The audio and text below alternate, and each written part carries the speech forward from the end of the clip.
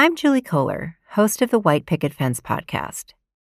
If you've read the opinion section of any newspaper lately, you've probably come across think pieces, panicking about falling marriage rates. They make sweeping claims that getting married will make you happier, healthier, and wealthier. Some even say that getting married is a way to stick it to the elites. I'm not so sure about that.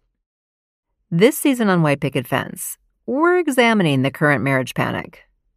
We'll go beyond the rosy sheen of love and commitment and expose the darker side to all of this marriage talk and explore what becomes possible when we broaden our imagination around what relationships can look like.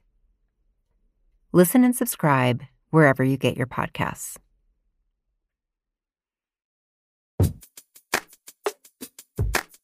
Crooked Media's Hysteria is a weekly podcast hosted by political commentator and comedy writer Aaron Ryan, who is joined by former White House Deputy Chief of Staff for Operations Alyssa Mastromonaco and a bi-coastal squad of opinionated, mouthy women to discuss news, politics, and stories and culture that affect women's lives, from the serious to the absurd.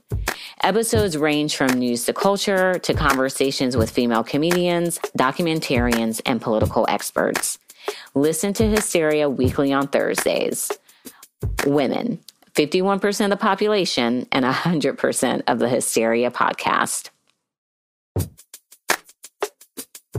Welcome back, Brown Girls. We're glad to have you joining us again. Last episode, I spoke with Amy Allison, president of Democracy in Color and founder of She the People. And we talked about the upcoming She the People Presidential Forum happening on April 24th, live from Houston, Texas. This episode, we talked to a trailblazer in Congress, Congresswoman Deb Haaland. I got to know Deb through my work at Emerge America. When I first started, I was going through our list of alums, and I got to New Mexico, and I saw that the chair of the New Mexico Democratic Party was an Emerge woman. When people think of elected positions, they really don't think about state party positions. But the fact is, you are elected to them. You have to campaign. You have to garner votes. You have to talk about what you want to do. It is an amazing stepping stone for women who want to do more politically in the future. Deb started off as the chair of the New Mexico Democratic Party, and now she sits in Congress as one of the first Indigenous women elected in 2018. When we sat down to talk to Deb, she was surrounded by the young women in her office. It's always exciting to see a woman leading by example, who lifts as she climbs, who shares her knowledge with others. I also got choked up when I saw Deb sitting in the speaker's chair of the House as the first Indigenous woman to ever sit in that chair. Although it's 2019, Deb is a reminder of how far we have to go as women of color, but particularly how far our Native women have to go to still reach parity and equal representation in elected office. The first question that we want to ask you is, when did you catch the political bug? When was that moment when you knew, I have to get involved in politics because I can make a difference in the community here in New Mexico? I mean, when I really decided that I have to do this was 2002, when the Democratic senator for South Dakota, they thought he had lost the election night, and then it turned out when the votes from Indian country came in late, like at 3 a.m. or something, the following morning he had won the election, and it was very clear that the Native American vote won that election for him. Like, that sort of cemented, I was already doing some stuff, but that really cemented in me that we can make a difference if we really get out to vote. And so that's when I really started working in Indian country. And I started out as a phone volunteer. And now I'm a member of Congress. So I feel that, like, you can work hard and you can still get somewhere because you work hard. You don't have to be rich. You don't have to be anything. You can work hard and accomplish things. And I love that you said that, because I feel that you had one of the most powerful ads that I saw in the 2018 cycle called The Climb. I don't look like most people in Congress. My life is different too. I pushed through college and law school as a single mom, and I'm 30 years sober. But struggle made me fierce. My work is to fight for all of us. Clean energy jobs, Medicare for all, no more corporate money in politics. Trump won't hand us a thing if we ask politely. I'm Deb Haaland, and I approve. I was actually speaking to the class of Martha McKenna, who did your ad, and I work for Emerge America. Martha is the board chair of Emerge Maryland. You are an alum of Emerge New Mexico, and she showed this video, and we were all, this is amazing. And I went into the office the next day, and I told our comms director, have you seen Deb's new ad? And she said, no. So we Googled it, and she said, this is fabulous. I said, yes. And she goes, we have to incorporate this into the training that we're doing in a few weeks. Mm-hmm. We were doing a boot camp in Michigan, and during the communications training, we showed that ad, and the women said, wait, she did Emerge? She started where I started? She was sitting in this chair? Mm-hmm. And we said, yes. And then they said, show it again, show it again. And in that video, you talk about struggle, the fact that you can overcome and you can run for Congress and be this amazing, powerful trailblazer that you are. Right. Well, and just to highlight part of the ad where I say that I'm 30 years sober, I wanted to accomplish a lot just with that one, 2-second statement. I know that we have an addiction problem in our state and in this country. I understand it, and I want to do something about it. And I feel that people who have suffered from addiction deserve second chances, because that's really who we are as Democrats. That's part of our values, is giving people an opportunity to overcome struggle so that they can be productive members of society. That was Martha's idea, and we embraced it because I felt like a lot of people would be able to identify with me on that issue. And just with women like you, some of the other new Democratic women in Congress, you all have been so authentic about who you are, your journey, and that's something that is resonating with women who want to run for political office, but also young girls who are seeing you, that you can walk in your truth and it won't stop you. I know you inspire me at my age, so I can only imagine how it is for young girls watching you. But also being women of color in politics, one of the things that we have to deal with is not being enough. Sometimes you hear you're not Black enough. Sometimes you're not Latina enough. And in your general election, you actually had your opponent questioning, were you Indigenous enough? Right, my heredity. Yes, it's, my dad was in the military, and so we traveled around. I didn't grow up in my Pueblo community. Even though I spent a lot of time there, I didn't grow up there. And so, yes, my opponent did try to say that, she was trying to discredit me, I guess, for being Native American, but that's a little hard to hit me on, I think. Yes. She tried and failed. It's sort of, your own identity is everything, right? We all identify the way that we feel comfortable. And I could identify as a Norwegian American because my dad was Norwegian American, but the culture that my grandparents taught me and that my mother raised me on is definitely Pueblo Indian. And so it just is, we should all embrace who we are, right? It's no one else's call. Yeah. You identify yourself the way you want to, and nobody can say anything about it. They can try, but it doesn't work that way. It doesn't. And identity is something that's very personal. And particularly for women of color, it really shapes our life. I tell people I identify as a Black woman because every day in this country, I'm reminded that I'm a Black woman. And I really appreciate you saying that. Here at the BGG, We know that small dollar donors can have a big impact on elections. In 2018, they gave more than $1.6 billion to campaigns or organizations through ActBlue's platform. That's because ActBlue makes online giving easy and secure. ActBlue's simple and powerful digital fundraising tools empower donors and enable campaigns and organizations, big and small, to flourish. Candidates and organizations using ActBlue know that they're using the best. As a nonprofit and a tech organization, ActBlue does rigorous A/B testing and its tools are optimized for mobile. Plus, ActBlue is always working to improve its offerings.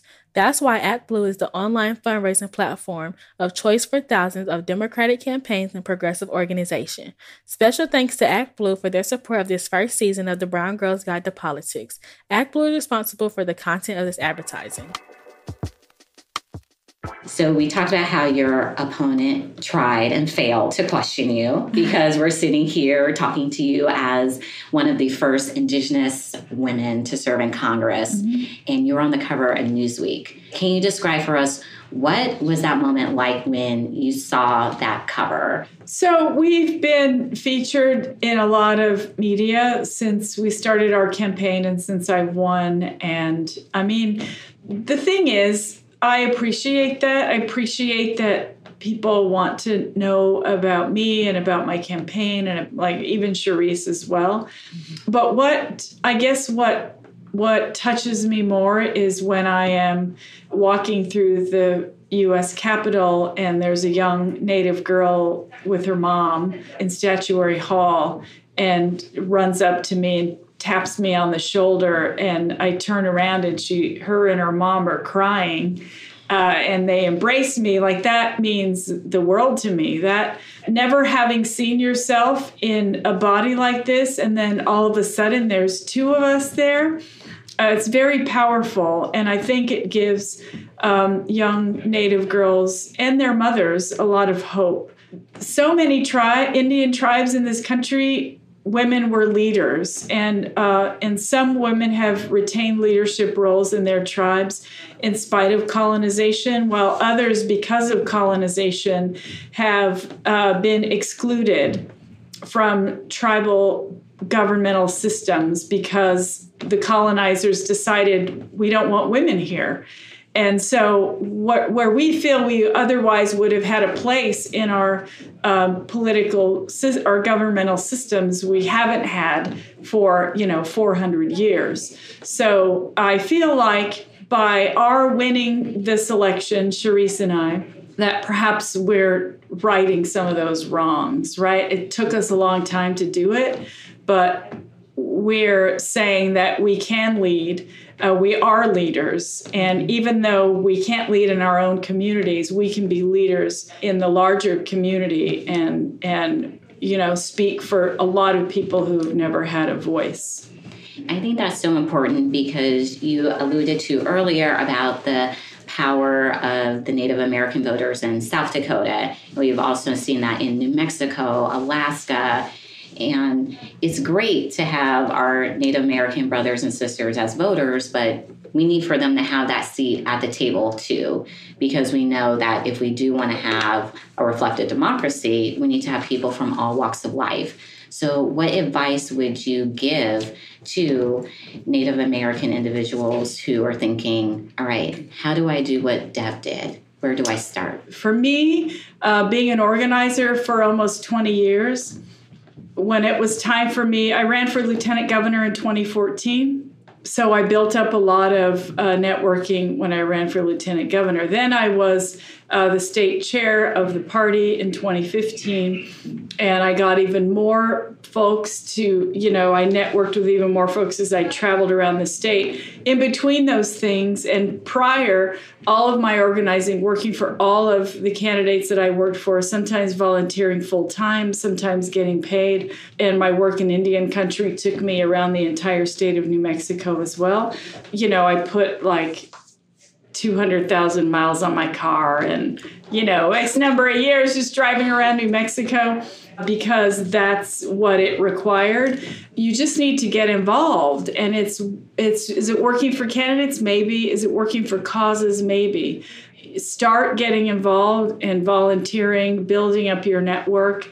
Because by the time I ran for Congress, I had, toward the end of my primary election, I had 200 volunteers in my office every single day, walking, knocking, putting up signs, registering voters. Whatever it took, I just had that network. So I think you just need to get involved and start building up your network. That is great advice.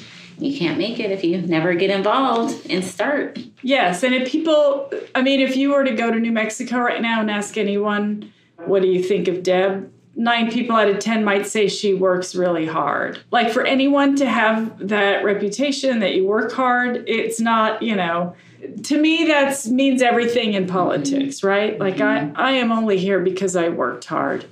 And because I had wonderful volunteers who helped me to win, because nobody wins an election on their own. It's a community effort. And so I just made sure that I got all of those communities to help me. And that community has great representation with you. And I want to pivot to some questions about your time in Congress. Mm-hmm. So how was your first State of the Union experience, knowing that you are a part of this historic class of women? We have Speaker Pelosi again.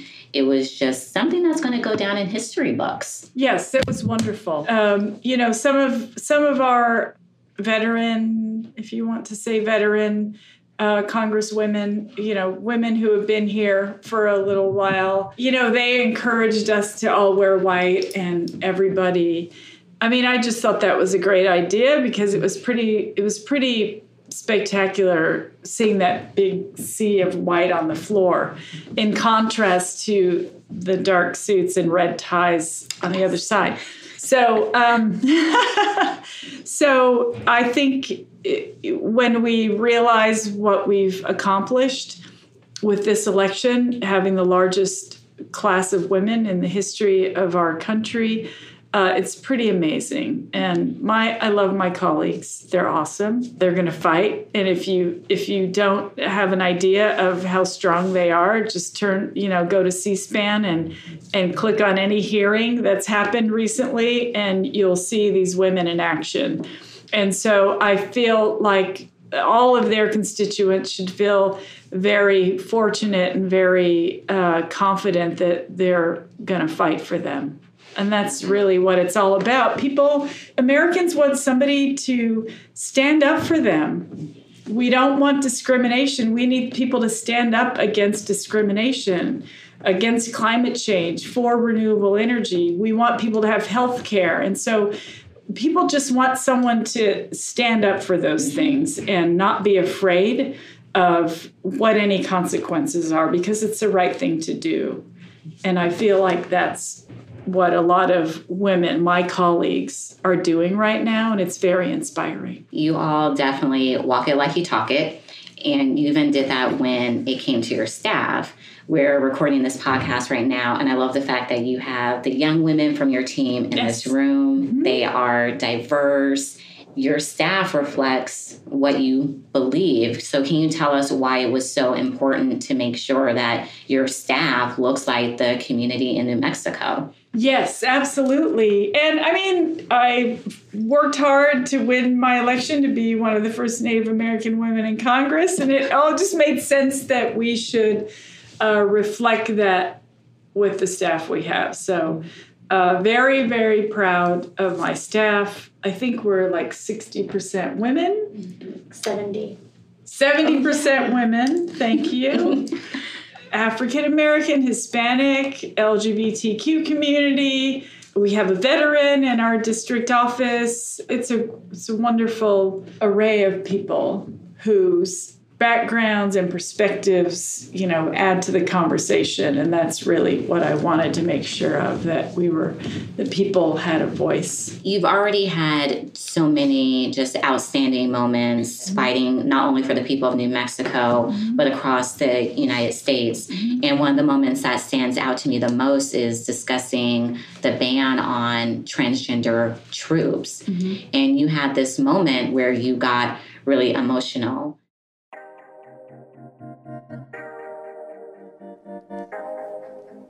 I just first wanted to say to all of you that I'm so grateful for your service to our country. My dad was a 30-year career Marine, and my mom was a Navy veteran. It's not everybody who will make a decision to say, I would die for my country, because a lot of people wouldn't. And I believe if there's one person that isn't fit to serve, we all know who that is right now, because that person devalues things that people want to do to make our country better and to move it forward. And although I can't apologize for that person, I can tell you that I will do everything in my power to make sure that we can bring back some civility and respect to the people who are serving our country. So I just wanted you to know that.